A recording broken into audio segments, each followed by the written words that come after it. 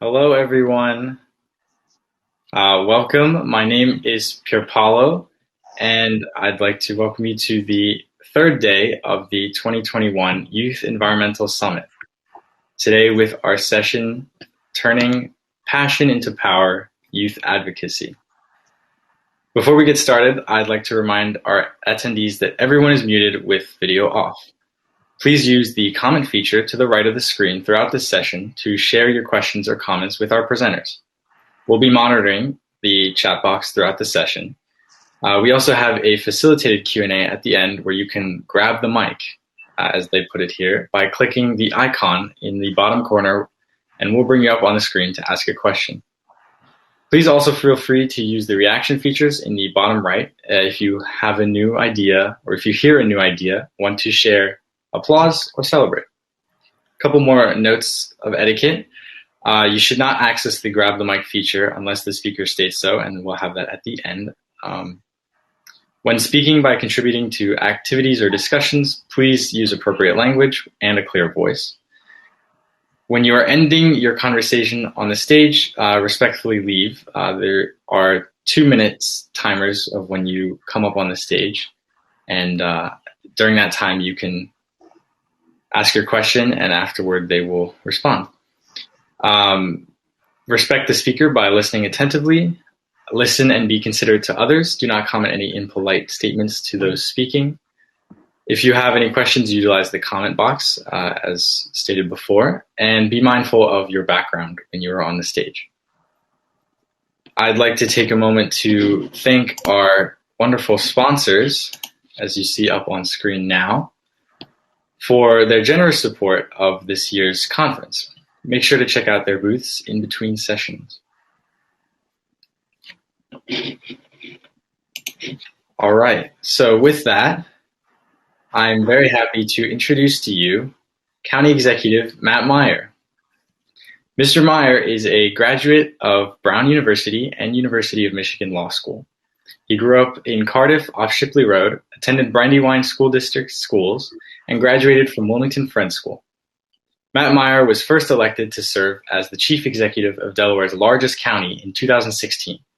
He launched NCC Innovates, the most extensive effort to start and grow small business in county history, and created Green CC, an ambitious agenda to address climate change, preserve open space, bikeable, walkable trails, and clean water. The Meyer administration eliminated wasteful spending and streamlined government expenditures, creating a rapid response Jobs Now program that facilitated development project with over 12,000 jobs. So without further ado, please join me in welcoming County Executive Matt Meyer.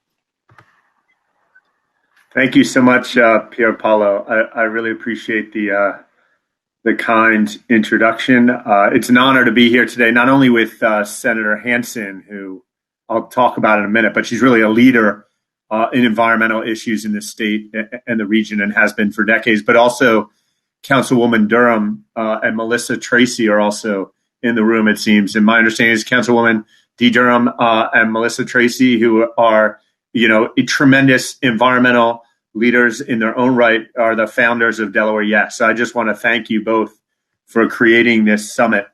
That my only regret is, why didn't you do it when I was in high school?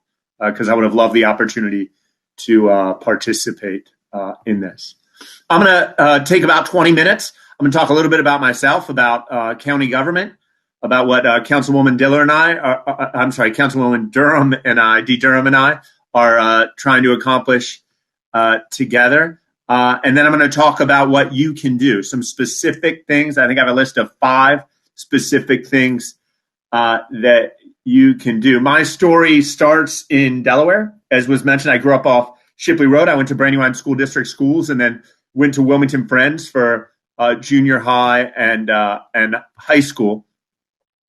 I was not, I was environmentalist. I wasn't big into outdoorsy stuff really until after college. I moved to Kenya, and in Kenya, I got really into hiking and just enjoying the natural world and the natural environment. I ended up getting really, really into it, climbing Mount Kilimanjaro, which is one of the largest peaks in the world in Tanzania in East Africa. I climbed most of the way up Mount Rainier out in the state of Washington. I summited Mount Whitney, which is the tallest mountain in the lower 48 states. And I go on 2 or 3 week hikes at a time with friends, just a backpack. Sometimes we didn't even bring a tent. We'd sleep under a tarp in some of the most beautiful parts of the country, in the Grand Canyon, in Montana, and something called the John Muir Trail through the Sierra Nevadas in California. A tremendous respect, almost a holiness of nature, and that we all have a responsibility, each and every one of us, to make sure that we don't disturb that holiness, that spiritual goodness that comes from simply a stream flowing, the wind blowing through a tree, or things like that. And I know that there are some scientists on here who know better than me how critical it is to our ecosystem and our survival as a species, as humanities, and to sustaining our community here in Newcastle County, that we have a tremendous amount of respect for things like native species, which Senator Hansen, I'm sure, will speak about.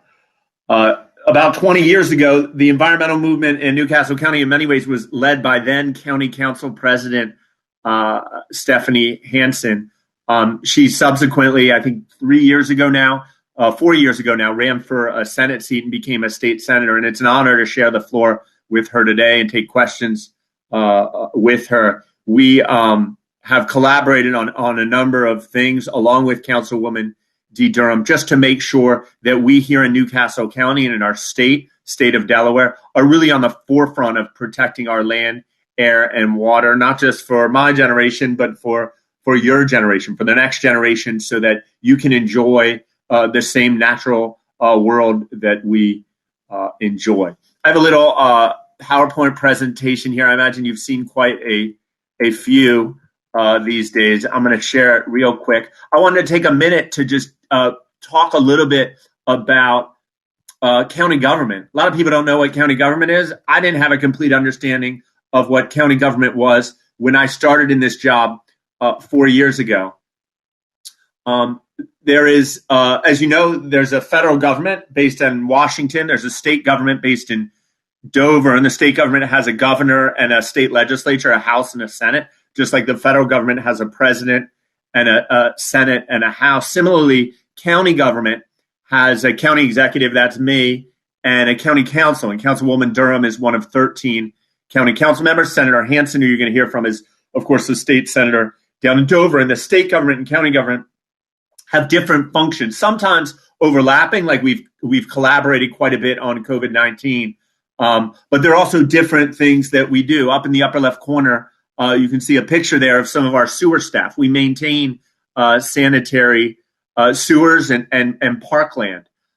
We also have 15 libraries, county libraries: Route 9 Library, Brandywine 100 Library, Bear Library, Middletown Library, the Appo Library. We also, as you can see from the pipe, do quite a bit of work. As I mentioned, the sewer, we have the largest sanitary sewer system. We have nearly 50 miles of pathways, bikeable, walkable pathways. We have Newcastle County Police, which is 410 police officers, the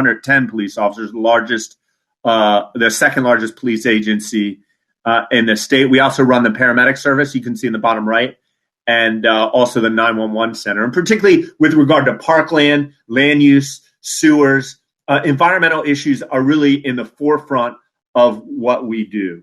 And when I started this job 4 years ago, 5 years ago now, I ran for office for the first time in my life, or I should say the second time. The first time was a student council in high school. And when I was in 11th grade and decided to run for student council, nobody thought I could win then. I wasn't tremendously popular.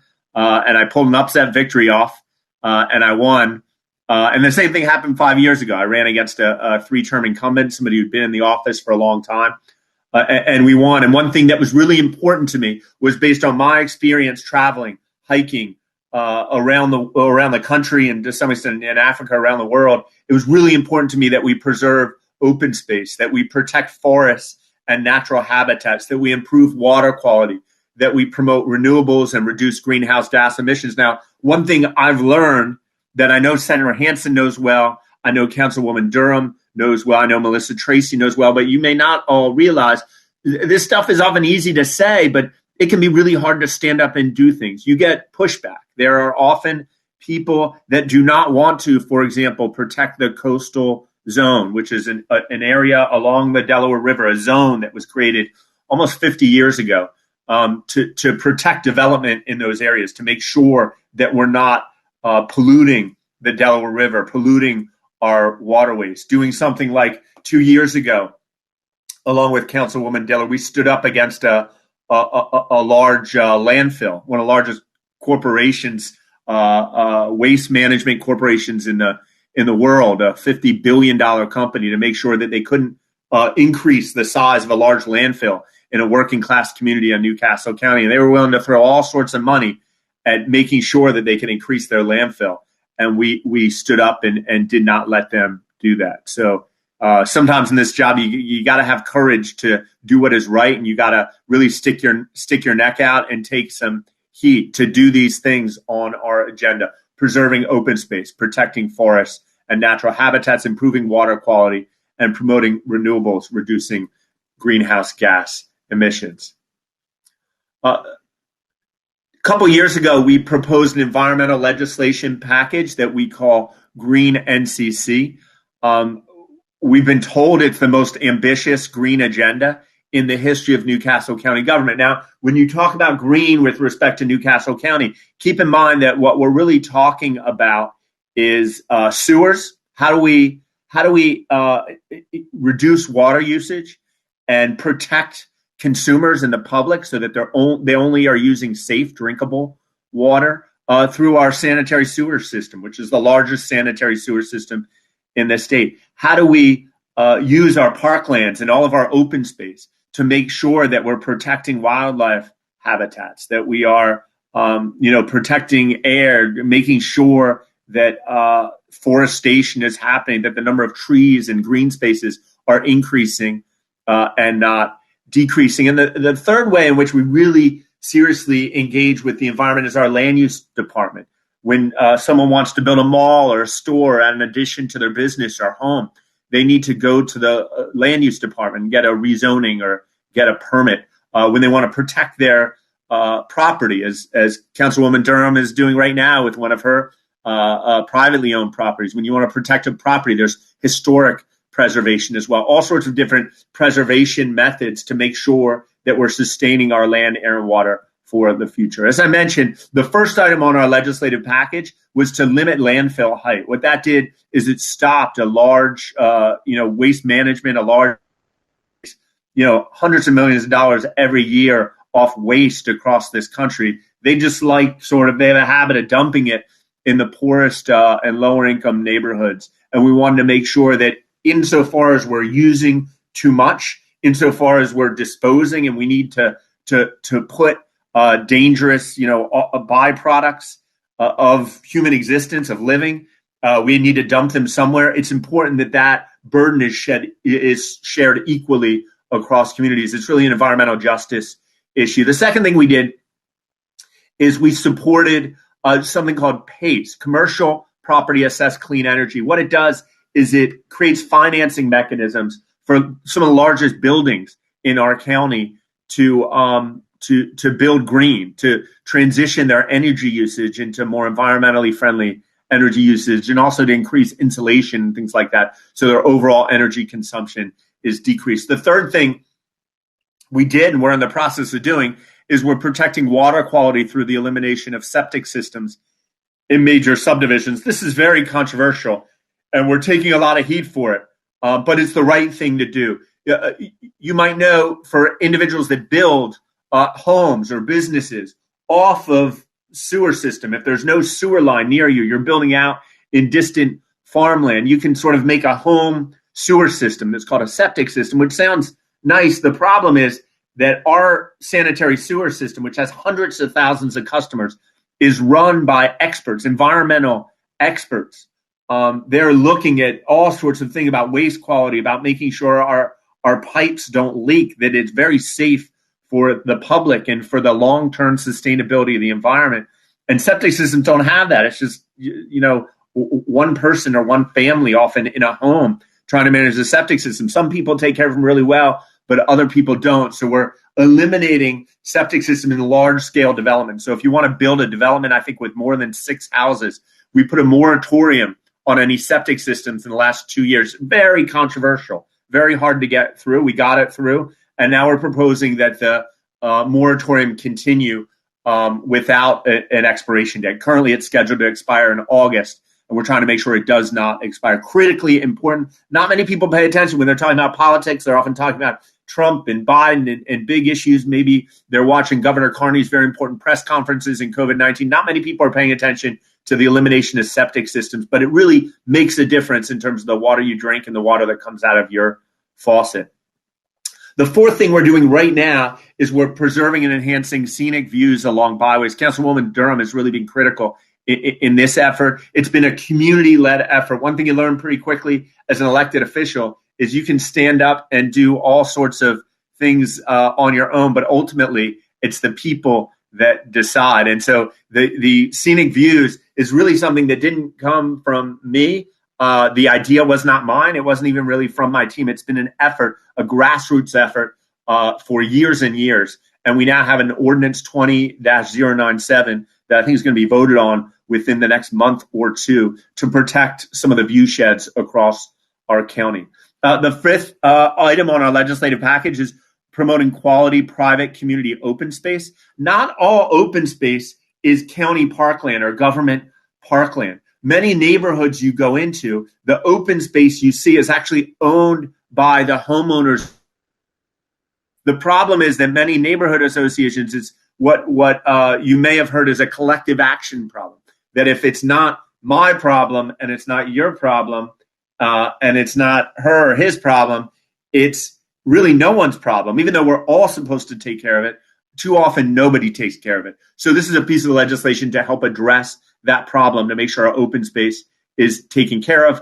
And the last thing is conserving forests and habitats. It's really among the most important, again, not something people are paying a whole much attention to, but among the most important things that we do to make sure as we develop, as we grow, as we make sure there's a plentiful supply of something like affordable housing, which might mean building more houses. We're also making sure we're preserving habitats that Senator Hansen has really been on the leading edge of in the country, and also conserving forests. The last thing here is enhancing stormwater management through updating the county drainage code for consistency and best practices. Again, you're probably not going to read much about this on the front page of your newspaper, but water falling from the sky, it's called rain, not only does it give us life, it also can be really harmful. If you don't have appropriate stormwater management, it can be really destructive to homes, it can be destructive to the built environment, and also it can be really destructive to the natural environment. So we're working on updating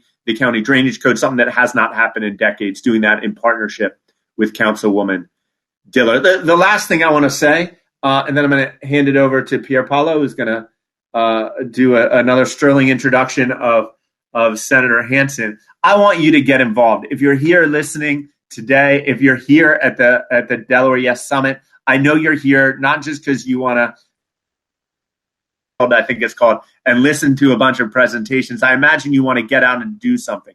So I wanted to give you, I think it's 7 very specific things that you can do and you can do now. I know they say you got to be 18 to vote. You got to be an American citizen to vote. To do any of these 7 things, you don't have to be 18. You don't have to be an American citizen. If you believe this is the right thing to do, if you believe in the future of our land, air, and water here in Newcastle County, I want you to get involved. The first thing is, twice a year, one of my favorite events that's done in this area is, for decades, we've been doing something called the Middle Run Valley Reforestation. We go into a county park, hundreds of people come and we plant trees. And what's extraordinary is when we plant, you can look and almost see, it's like seeing a history of this event. You can look back 15, 18 years and see big trees, see how they grew. And you can look at your little small tree that you're planting and imagine what it's going to look like 15, 20 years down the line. As it says there, we've already planted over 55,000 trees. You can also request a rain barrel. We have a rain barrel program we're creating where you attach the barrel to your gutter and it basically collects the rainwater. and then you reuse the rainwater, not for drinking or anything like that, but for watering plants, gardening, and things of that sort. It's a way to reuse rainwater so that you're not constantly tapping your faucet. It decreases your home water usage. The third thing is you can become a clean stream champion. Some of you may already know this program. The most harmful thing that happens in our sanitary sewer systems, I mentioned, there are environmental engineers who are in senior roles in our sewer department. The one thing they fear the most is what's called FOGs, fats, oils, and grease. When you pour fats, oils, and grease down the drain, it does so much harm to our sewer pipes and really endangers our water system, our aquifers, our water system across the county and the region. So we're asking people to sign a pledge and get their families to sign a pledge to be a clean stream champion, pledging not to pour fats, oils, and grease down the drain. The next thing is you can you can become a clean stream champion. You can also take action for clean water. It's a contest, and we give awards to the schools that have the most petition not to pour fats, oils, and grease down the drain. I encourage you to participate in Delaware Nature Society's native plant sale on May 2nd to 3rd. I could talk quite a bit about native plants. The problem with that is I don't know nearly as much about native plants as Senator Hansen does, and she has created an entire body of policy that's done amazing work eradicating invasive species from communities across the state of Delaware. So I'll give her a chance she'll talk about that. But I want you to know that you can have a direct impact by going and buying a native plant from Delaware Nature Society's native plant sale on May 2nd and 3rd this year. We're doing a comprehensive plan right now. Every 10 years, we update our land use planning, our zoning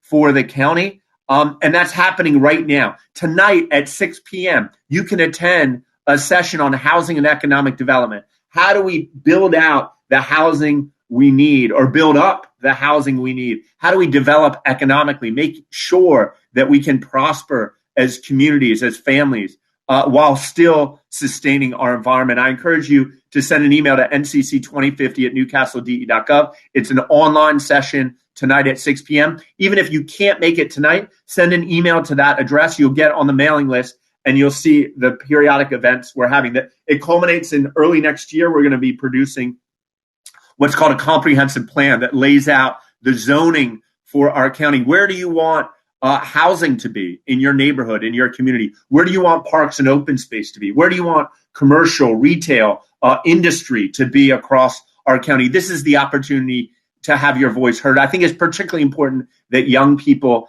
engage. For the first time, we have something called a youth planning board. Some of you may be involved in it. I encourage you to get involved in this. And the last thing is just reach out. I think everyone here knows Councilwoman Dee Durham. You can reach out to me, the county executive, and there are 12 other county council members. Comment on legislation. There's always every county council meeting, every county council committee meeting. There's an open forum where any citizen, any resident of the county can come and talk, can comment on legislation or anything before county council. Make sure your voice is heard. You can look up where Newcastle County Council meeting or when county council meetings are held. Right now, they're all online, so it's pretty easy just to log in and participate. So thank you so much for your engagement. Thank you so much, Councilwoman Durham and Melissa Tracy, for starting this extraordinary Yes Summit. And Pierre Paulo, thanks for your leadership, and back to you. Thank you so much, Mr. Meyer, for your invaluable contributions to our workshop today. I already see a great question in the comments, but let's wait until the end.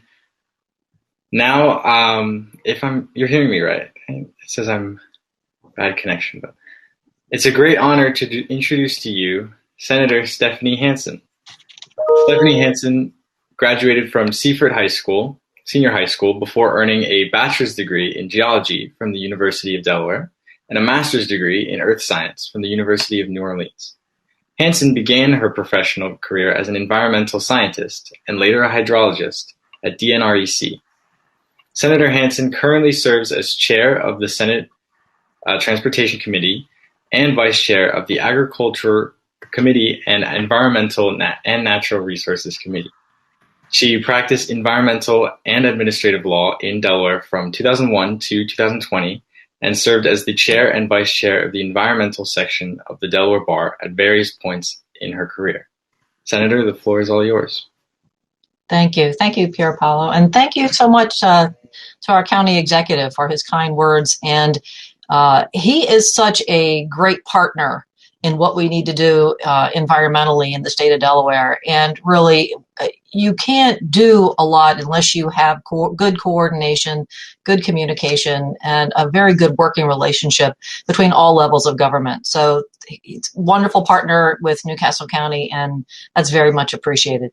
I'm going to kind of concentrate my discussion in three areas. So I'm going to talk very briefly about my background, briefly about some of the stuff I'm going to be working on or I am working on, and then more about how to become how to be an effective advocate for what you would like to see change. So my background, as Pier Paolo had mentioned, I'm from downstate. I'm from Seaford. I graduated from Seaford High School back in the early 80s and went to the University of Delaware to major in geology. My mother had no idea what that meant. To this day, she thinks it's geography.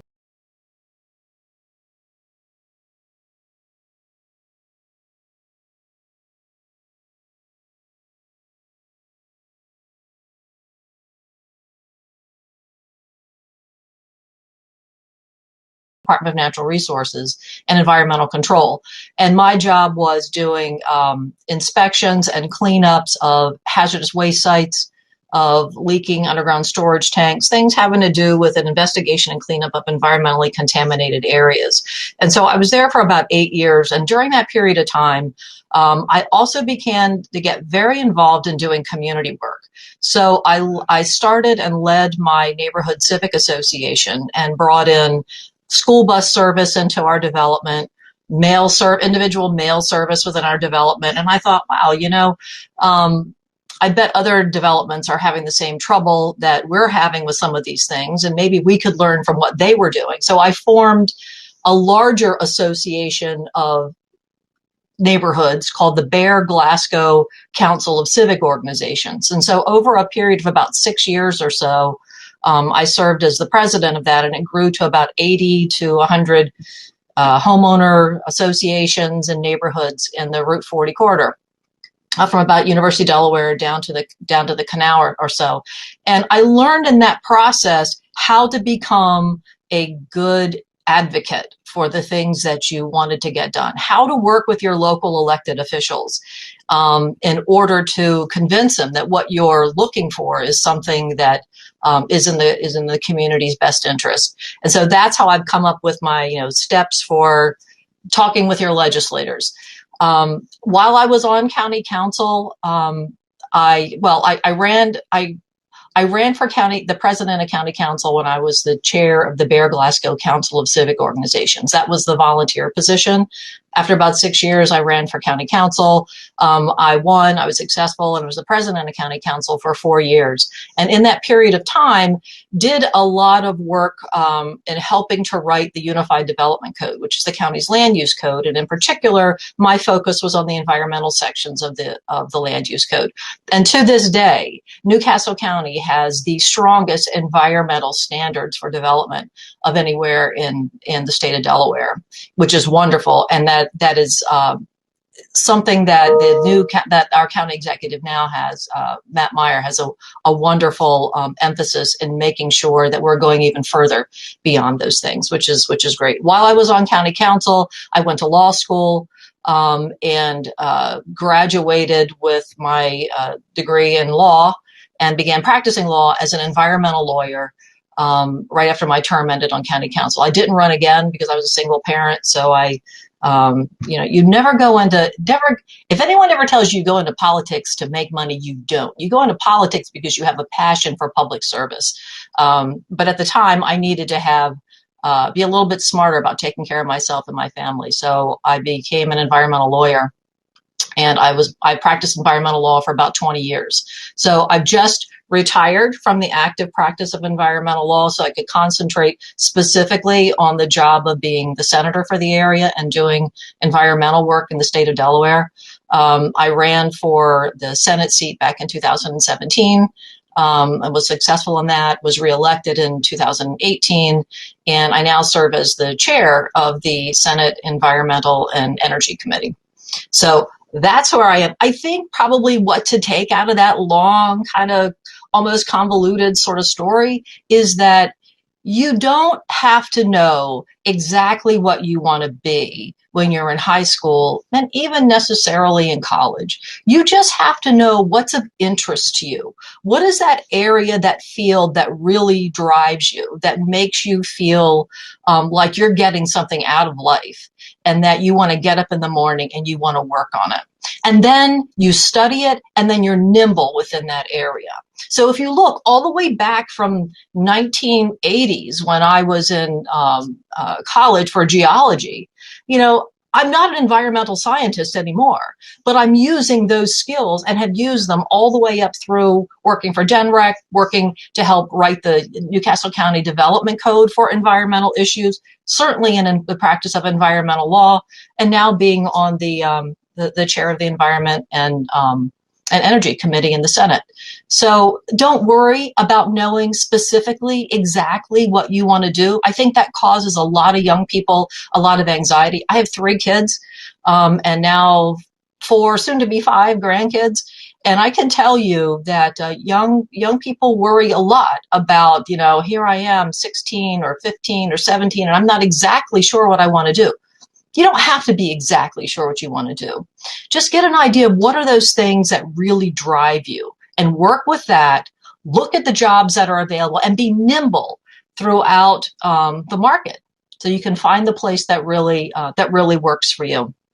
The things that I've been working on legislatively have generally fall into the energy and environment sector. However, I do a lot with the opiate and addiction issues as well.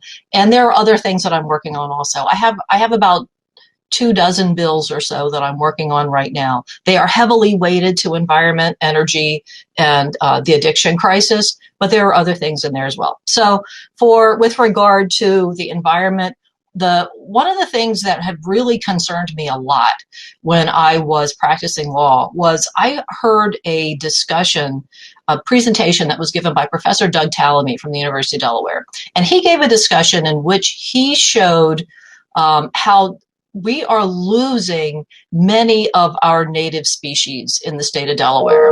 And it's not just, a couple of landmark species here and there. We're talking like 40% of our native birds, 40% of our native plants, 30% of our native amphibians and reptiles, 20% of our native fish. So we're watching a collapse of the bottom half of our ecosystem. And that was frightening.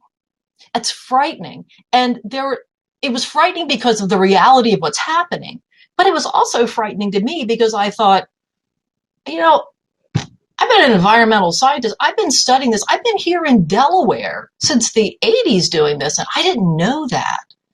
How come I didn't know that? So one of the things that I wanted to make sure that I could do what I could do to get the word out was being in elected office. I formed the Ecological Extinction Task Force, which was basically a group of professionals from the environmental community, the business community, and government as well, to take a look at the results of Doug Tallamy and his students to see, did we agree? Was that for real? Are we really watching this collapse of our ecosystem?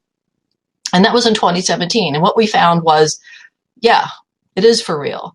And we need to do something about it. In fact, they came up with 81 recommendations of things that we need to do about it.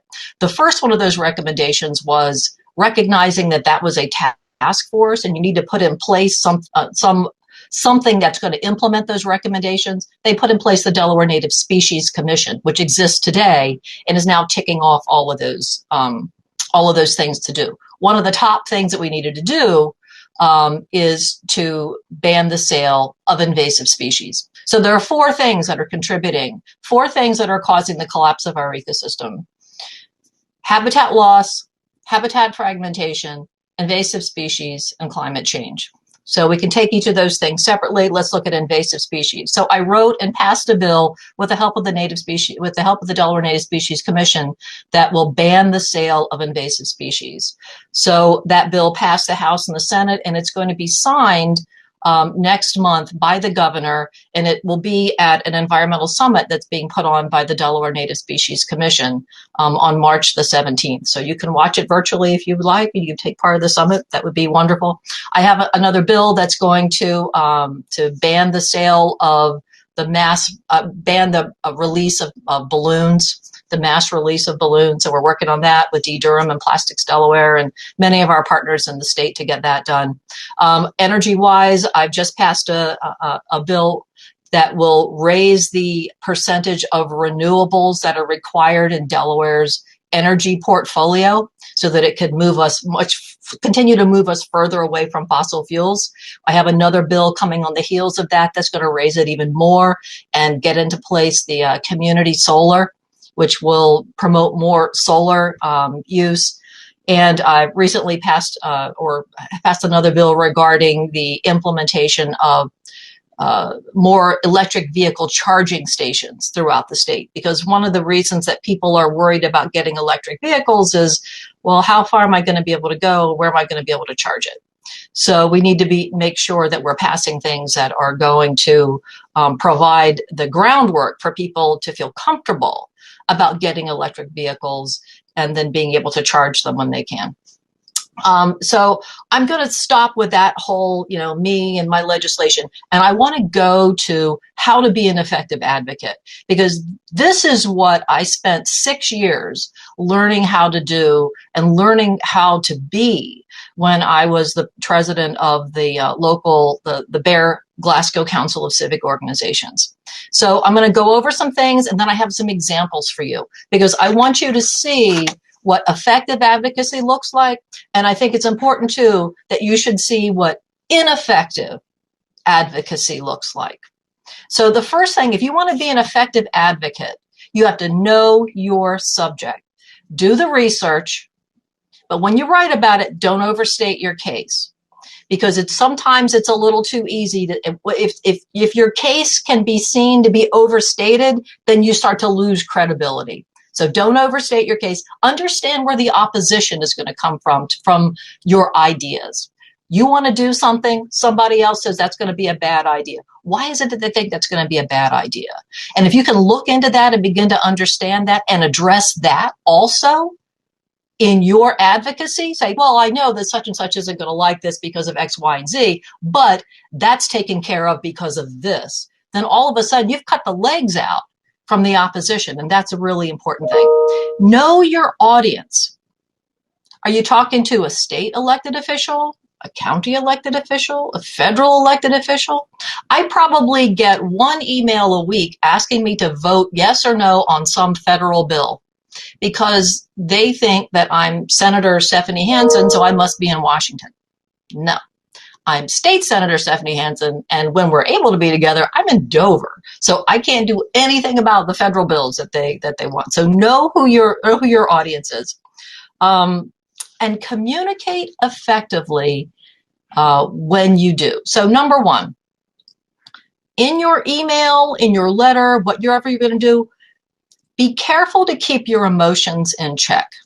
So if you look back over your email and you've got a half a dozen exclamation points and you've got double question marks and you've got all caps, you've got a problem because you don't have as much credibility as you'd like to have. So keep a cool head, keep your emotions in check, and then make sure that you're respectful too in who you're talking to, particularly when you're talking to local officials like our county executive, Matt Meyer, council members, your state legislators, and even your federal legislators.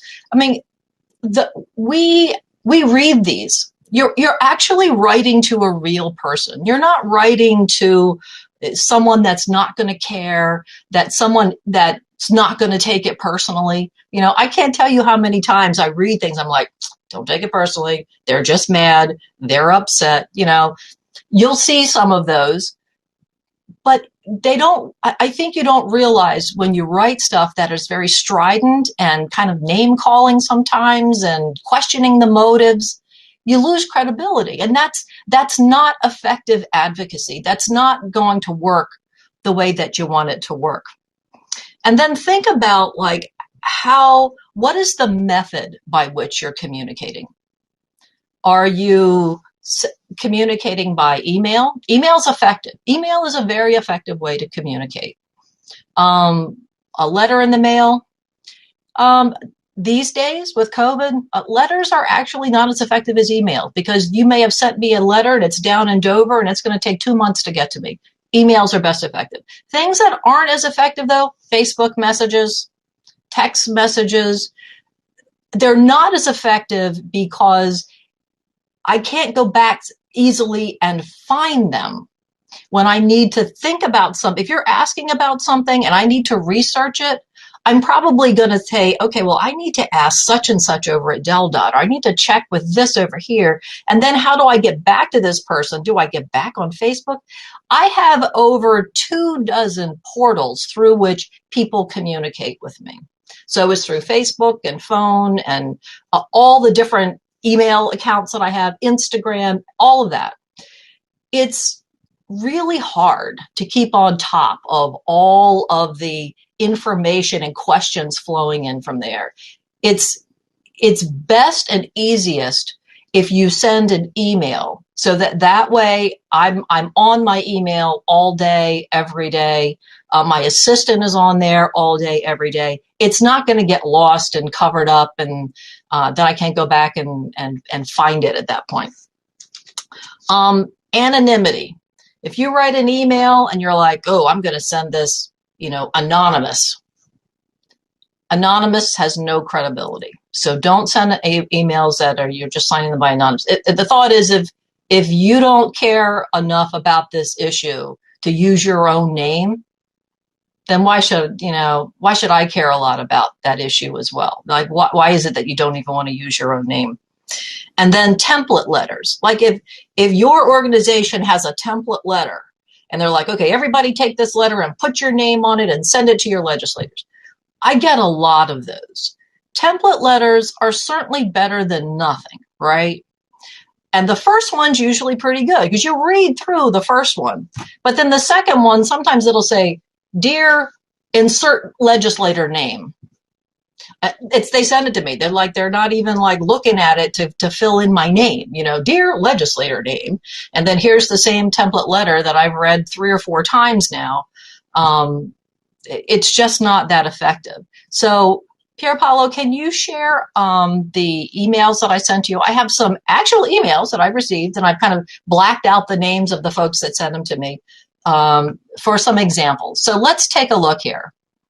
So here we have a bill that's an email that someone sent to me, and it was regarding a bill that they didn't like very much. And this was a bill that had to do with collective bargaining by state employees. So here we have, dear Senator, the demo rats in Delaware state legislature have made an absolute disgrace of that august body. Every new bill is an affront to the Delaware and U.S. constitutions. Senate Bill 8 is a thinly veiled attempt to increase the power of socialism and its union myrmidons in the state of Delaware. With all the might they can muster, Delaware's legislators should be fighting socialism and unions, not supporting them. Please do everything in your power to thwart socialism, unions, and their elected puppets. Please fight Senate Bill 8 wherever and whenever it rears its odious, noxious, and oh-so-socialist head. Thank you most sincerely, a Delaware voter. So we can tick off all sorts of things that are wrong with this. If you think this is an effective advocacy letter, you haven't been listening to anything that I've just said for the last 10 minutes. First of all, demo rats, really? And then it goes into questioning like the motives and the morals of the reader. Like what is he? I don't even know who this person is. I may not even know. They clearly don't know me. And they sign it a Delaware voter. They may or may not even live in Delaware. Next. All right. Pierre Paolo, next one. Okay, so we have another one here. This is Senate Bill 25, and this had to do with restricting tobacco access to individuals less than 21 and under. So here's what we have. He did have his correct email address up there. Vote no on Senate Bill 25. It's hard to read this. We are an adult at 18. Don't take away chooses as an adult at 18 to not smoke. It's not right. The legal age as an adult is 18 years old. Why change the rule now? It's pointless. Beyond being a great argument for continuing to push for better, school, this doesn't make the case at all. It looks like, make sure that when you're writing it, you use correct spelling, you use correct grammar, you sign it with your name. It's best if you're writing to your actual senator or representative, because that way, if you put your name and your address and it comes to me, and I can go, oh, look, this is a person in my district. And oh, by the way, I will look. All legislators will look. If you put your name and you say, I'm a constituent in your district, even if you don't put your address, you should know that we have lists of all the constituents in our district. So we can go to that list and find out if you're actually a constituent in our district or not. And if you have, I'm a constituent in your district and I vote, we can also determine that too. So make sure that you're right with that. Pierre Paolo, the next one. I'm going to have to cut you short just because we're short on time. I apologize. Oh, no, that's fine. That's fine. And Mr. Meyer, if you could come back when you can. I now open it up. Thank you so much, Senator Hansen, for. You're welcome.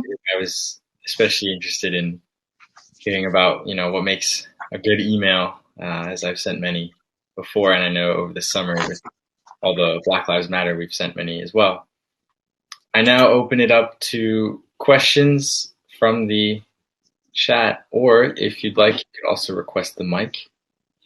There's a 2-minute limit to that, but I cannot wait to answer this first question. Richard McCaskey? Go ahead then. I did pay attention to Senator Hansen, to every word of what she said, but I did occasionally have trouble because I was so excited to talk about the Markel Trail connection planning that's going on. The native landscaping and plants, I'll let Senator Hansen, Senator Hansen should have the opportunity to speak about it a bit, and I want to make sure I talk about a little bit about what we're doing with county-owned facilities and native plants. The first thing is the Markel Trail connection. So the question from Richard says, can you comment on some of the Markel Trail connection planning that is going on and native landscaping plants on county-owned facilities? Is there a master plan online for Glasgow Regional Park? First, the last question, I do not believe there's a master plan online for Glasgow Regional Park. The expansion of parks facilities often happens in fits and starts based on the availability of funding. I just actually learned the last few days that a lot of our parks and pathways work over the last year has not happened, not directly because of COVID, but indirectly because we were using a lot of the staff that we normally use to build our parks and pathways infrastructure to work on our test sites, to help set up our test sites, make sure traffic flow is working and stuff like that. So that staff was drawn away, and we do not have a master plan. If there's a particular issue that you're concerned about with Glasgow Regional Park, I'd be happy to talk to you about that. In terms of the Markel Trail connection planning, back in October of 2018, we announced the Newcastle County Connecting Communities Initiative. I will drop I'll drop a link down here in the chat. And what it is it's 12 trails that we are seeking to build across the county. A framework for it to think about it. It's not true of all the 12 trails, but many of the trails branch off of the Markel Trail. So Markel Trail is effectively what I like to say, the I-95 of Newcastle County biking and pathways. And the idea is to make exits or branches off that. Right now, we are close to breaking ground on phase 1 of what's commonly called the Commons Connector. It connects Markel Trail to Commons Boulevard and eventually up to Christiana Hospital. It will link the largest city in the state, Wilmington. the riverfront with Christiana Hospital, largest private employer in this, going to go to Newport.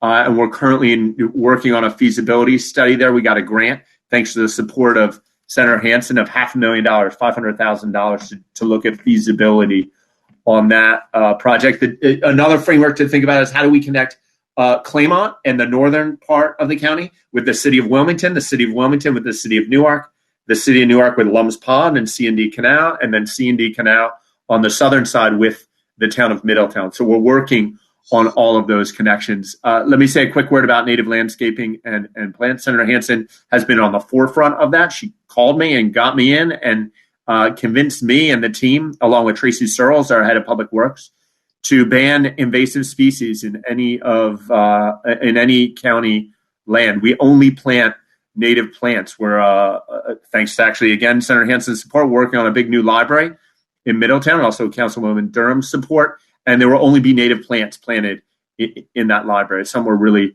proud of. Why don't you I know you referred to it, Senator Hansen, talk a little bit about what you're working on now with the Native Plants Initiative.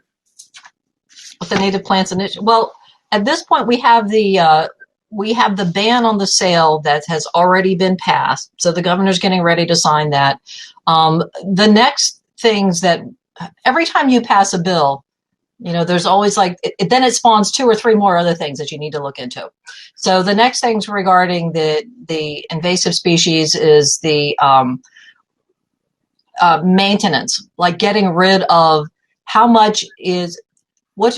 a big issue that we have is now that we've stemmed the tide of no longer being able to buy, sell, transport, distribute invasive species at the point of sale, we still have to address the ones that are here, because what makes them invasive is they just keep going and going and going. So how do you eradicate invasive species that are here? So one of the things that we heard through the public hearing process of passing the invasive species bill was now we need to look more closely at what money do we have and who is out there actually eradicating the invasive species that we have. Because we have a lot of various groups that are doing that at different levels. Nobody's coordinated with it. And we have a lot of volunteers that want to help as well. So that's a huge issue, along with continuing to update the list of invasive species. Because who makes the list?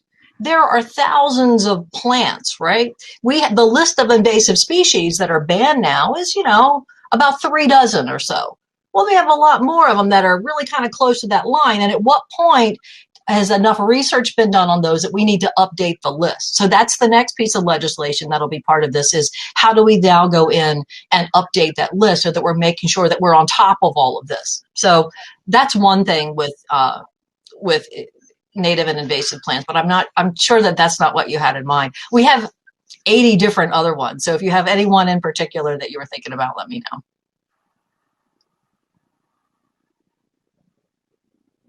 Good, Pier Paolo. I don't know if there are other questions or if someone's going to grab the mic. I want someone to grab the mic. I just want to see what happens on Run the World when someone grabs the mic.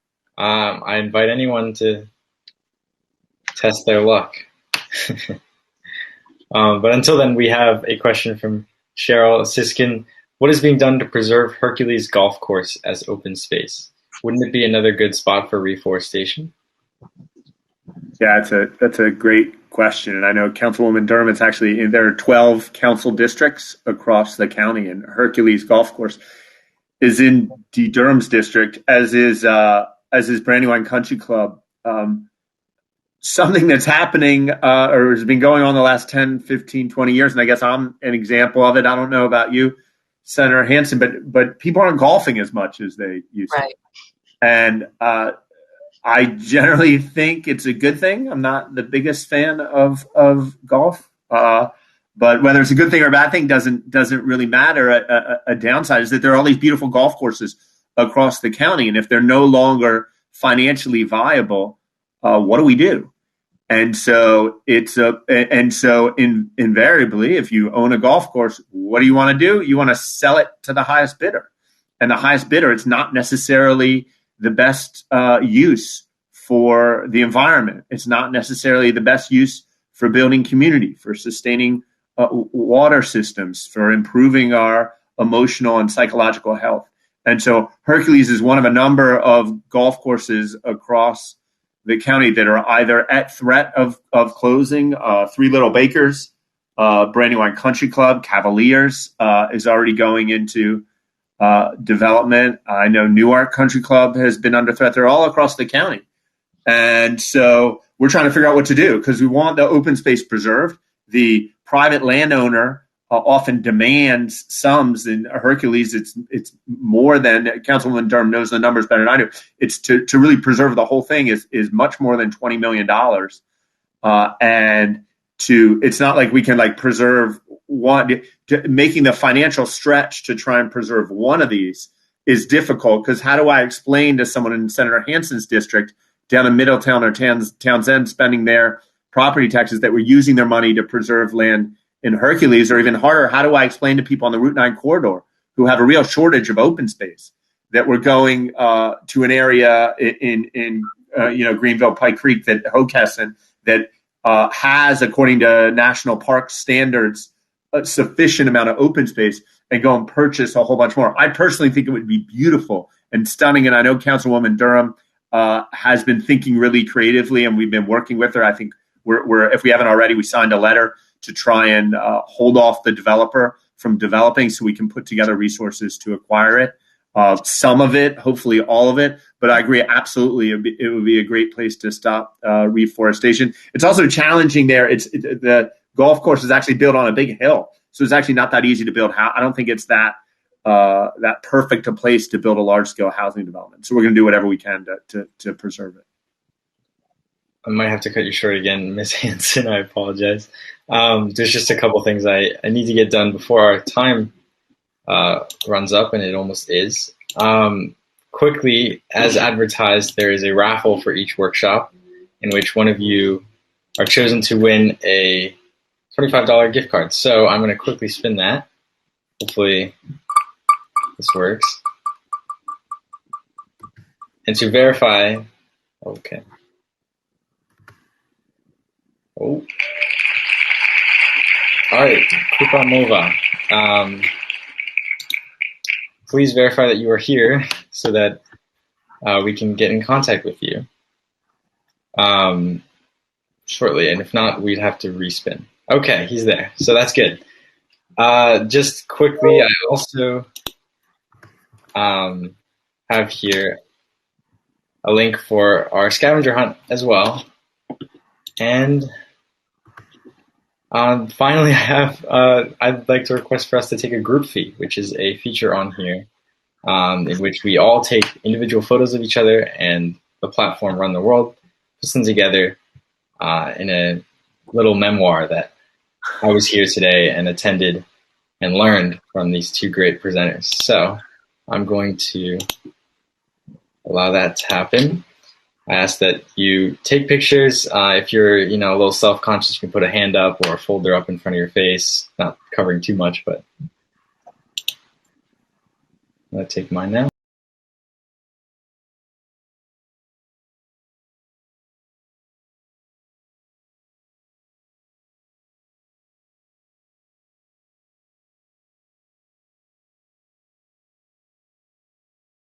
More questions, because actually there might be time for one last question. I know Ms. Durham talked about, if you guys can't see the chat, she has a draft ordinance to be introduced that will codify Matt Meyer's executive order on native plants and strengthen NCC code regarding native plants further in development projects. That's really great. Newcastle County has been really at the forefront. We have 3 counties. If the other 2 counties would follow Newcastle County's lead, it would be a really great thing. And I know Newcastle County and the other 2 counties are on the Delaware Native Species Commission, and I think that the county is also working on a draft ordinance that would encourage people to plant, native plants in their yards. And there is there's like what's the difference between a meadow and tall weeds and grass, right? A meadow is not against the county code. Meadows are wonderful, beautiful native plant areas. Tall weeds and grass, though, will get you a violation, and your neighbors don't like it. So what makes a meadow versus tall weeds and grass that's going to cause you a code violation?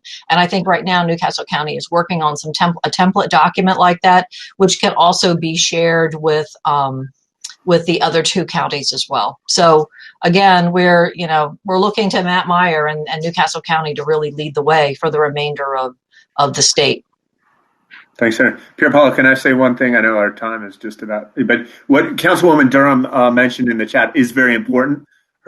So we signed an executive order, I think it was 2 years ago, to ban invasive species and to plant only native species on Newcastle County owned land. What Councilwoman Durham's doing is she's taking